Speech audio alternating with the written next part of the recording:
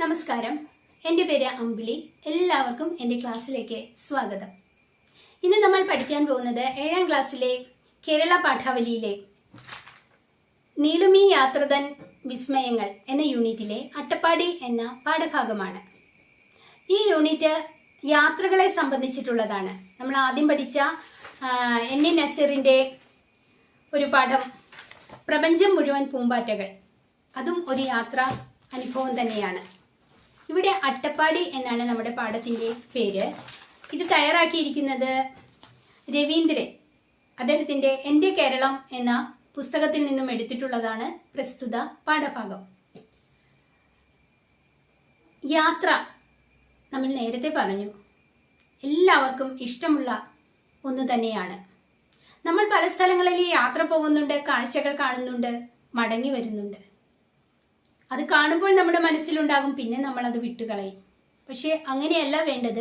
നമ്മൾ കാണുന്ന പോകുന്ന സ്ഥലത്തെ പ്രത്യേകതകൾ നമ്മൾ മനസ്സിലാക്കിയിട്ട് നമ്മൾ ഇതുപോലെ ഒരു വിവരണം, യാത്രാ വിവരണം തയ്യാറാക്കണം. നമ്മൾ കണ്ട സ്ഥലം, കാഴ്ചകൾ, ആളുകൾ, പ്രത്യേകതകൾ, നമ്മുടെ മനസ്സിനെ സ്പർശിച്ച കാര്യങ്ങൾ, ഇതെല്ലാം ബന്ധിപ്പിച്ചുകൊണ്ട് ഒരു യാത്രാ വിവരണം. നിങ്ങൾക്കത് സാധിക്കും. നമുക്ക് എന്തായാലും നമ്മുടെ പാഠഭാഗത്തേക്ക് ഒന്ന് പ്രവേശിക്കാം. ലേഖകൻ അട്ടപ്പാടിയിലേക്ക് പോവുകയാണ്. അട്ടപ്പാടി പാലക്കാട് ജില്ലയിലെ മണ്ണാർക്കാട് താലൂക്കിലാണ്. പൂർണ്ണമായിട്ടും ഒരു ഗോത്രവർഗ പ്രദേശമാണ് അട്ടപ്പാടി എന്ന് നമുക്ക് പറയാം. അദ്ദേഹവും കുറച്ചു കൂട്ടുകാരും ചേർന്ന് യാത്ര പോവുകയാണ്. ആ യാത്രയിൽ അദ്ദേഹം ഓർക്കുന്നതും കാണുന്നതുമായ കാര്യങ്ങൾ ഇവിടെ വർണ്ണിക്കുന്നു. മണ്ണാർക്കാട്ട് നിന്നാണ് യാത്ര പുറപ്പെടുന്നത്. സൈലന്റ് വാലി വഴി അട്ടപ്പാടി ഭാഗങ്ങളിലേക്കാണ് ലേഖകനും കൂട്ടുകാരും പുറപ്പെട്ടിരിക്കുന്നത്. കഴിഞ്ഞ ദിവസം വൈകുന്നേരങ്ങളിലെല്ലാം മലകളിൽ തിമിർത്ത മഴയായിരുന്നു. രാത്രി മുഴുവൻ നല്ല മഴയായിരുന്നു. രാത്രി മഴയിൽ കുതിർന്ന പ്രകൃതി പ്രഭാതസൂര്യന്റെ ഇളം വെയിലിൽ ഈറൻ മാറി പ്രസരിച്ചു നിന്നു. രാത്രിയിൽ നല്ല മഴയായിരുന്നു. പക്ഷേ പ്രഭാതമായപ്പോഴേക്കും മഴയെല്ലാം മാറി. സൂര്യൻ ഉദിച്ചു. ഉദിക്കുന്ന സൂര്യന്റെ രശ്മികൾക്ക് നല്ല മഞ്ഞ സ്വർണ്ണ നിറമായിരിക്കും, ചൂടും കുറവായിരിക്കും. അപ്പൊ അങ്ങനെ പ്രഭാത സൂര്യന്റെ ആ ഇളം വെയിലേറ്റിട്ട് നനഞ്ഞു കുതിർന്നു നിന്ന ആ പ്രകൃതി ഈറൻ മാറി അങ്ങനെ ശോഭയോടെ നിന്നു എന്ന് വർണ്ണിച്ചിരിക്കുന്നു. പ്രകൃതിയുടെ മനോഹാരിതയാണ് ഈ പ്രയോഗത്തിൽ ലേഖകൻ ചെയ്തിരിക്കുന്നത്. അദ്ദേഹം ഓർക്കുകയാണ്, വൃശ്ചികം പിറന്നിട്ടേയുള്ളൂ. ഒരു മലയാള മാസമാണ് വൃശ്ചിക മാസം. അത് തുടങ്ങിയിട്ടേയുള്ളൂ. ഇതാ വൃശ്ചികക്കാറ്റ് ആഞ്ഞു വീശി തുടങ്ങി. വൃശ്ചികം തുടങ്ങിയപ്പോൾ തന്നെ ശക്തിയായ ഒരു കാറ്റിത വീശി തുടങ്ങിയിരിക്കുന്നു. ഇത് കേരളത്തിൽ എല്ലാ ജില്ലകളിലും ഇല്ല. പാലക്കാട് ജില്ലയിൽ മാത്രമാണ് ഈ കാറ്റ് കണ്ടുവരുന്നത്. പാലക്കാട് ഒരു വൃശ്ചിക മാസം ആകുമ്പോഴേക്കും ഈ കാറ്റ് തുടങ്ങും. ശക്തിയായ ഒരു ശബ്ദം ഈ കാറ്റിനുണ്ടായിരിക്കും. അതുപോലെ ഇത് പൊടി പറത്തിക്കൊണ്ടാണ് ഈ കാറ്റ് വരുന്നത്. ഞാൻ പാലക്കാട് ജില്ലയിലെ കുറച്ചു കാലം ജോലി ചെയ്തിട്ടുണ്ട്. ആ സമയത്ത് ഈ കാറ്റ് ഞാൻ നേരിട്ട് അനുഭവിച്ചിട്ടുള്ളതാണ്. ഇവിടെ നമ്മുടെ ലേഖകൻ പറയുകയാണ്, വൃശ്ചികക്കാറ്റ് ആഞ്ഞു വീശാൻ തുടങ്ങിയിരിക്കുന്നു.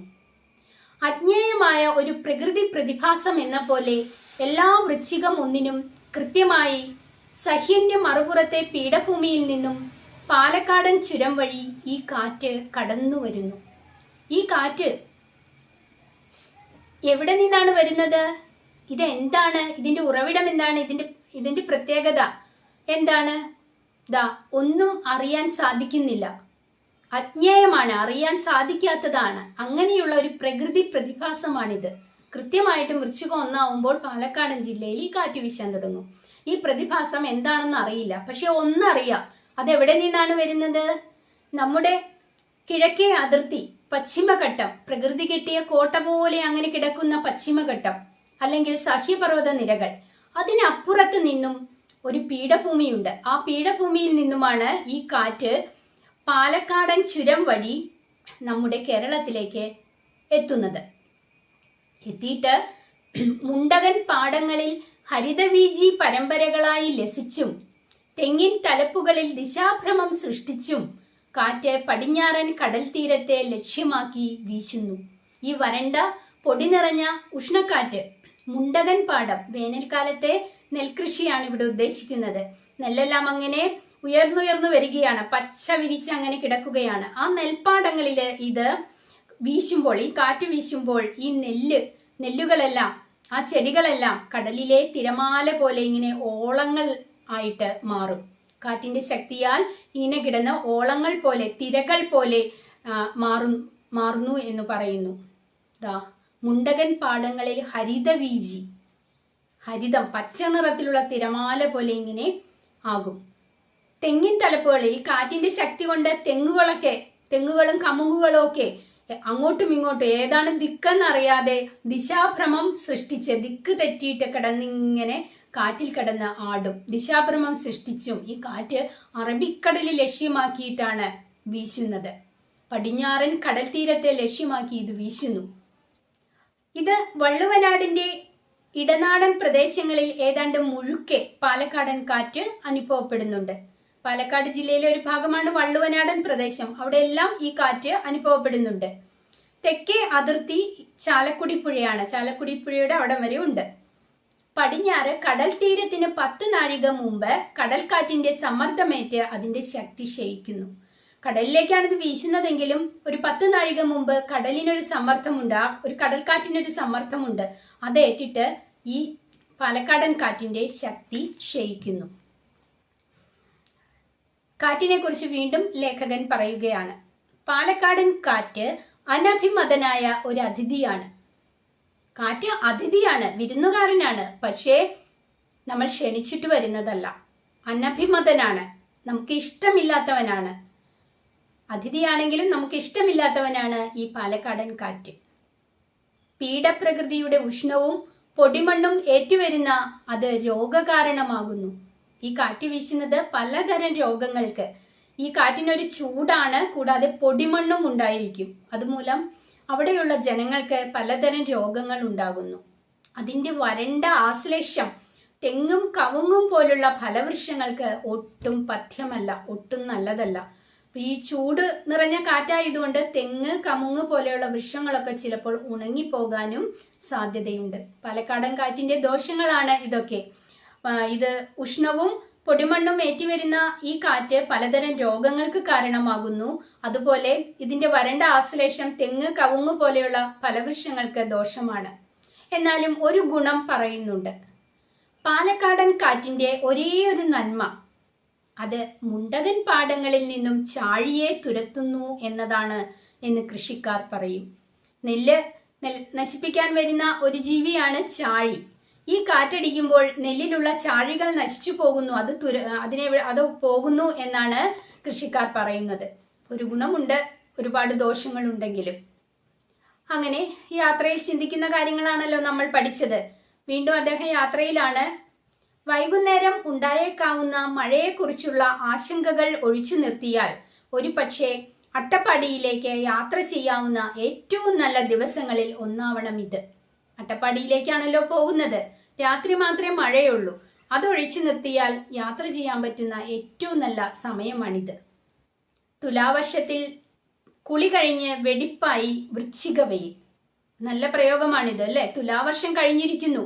തുലാവർഷം എന്ന് പറഞ്ഞാൽ ഉച്ചയ്ക്ക് ശേഷം ഇടിയും മിന്നലോടും കൂടിയ അതിഭയങ്കരമായ മഴയാണ്.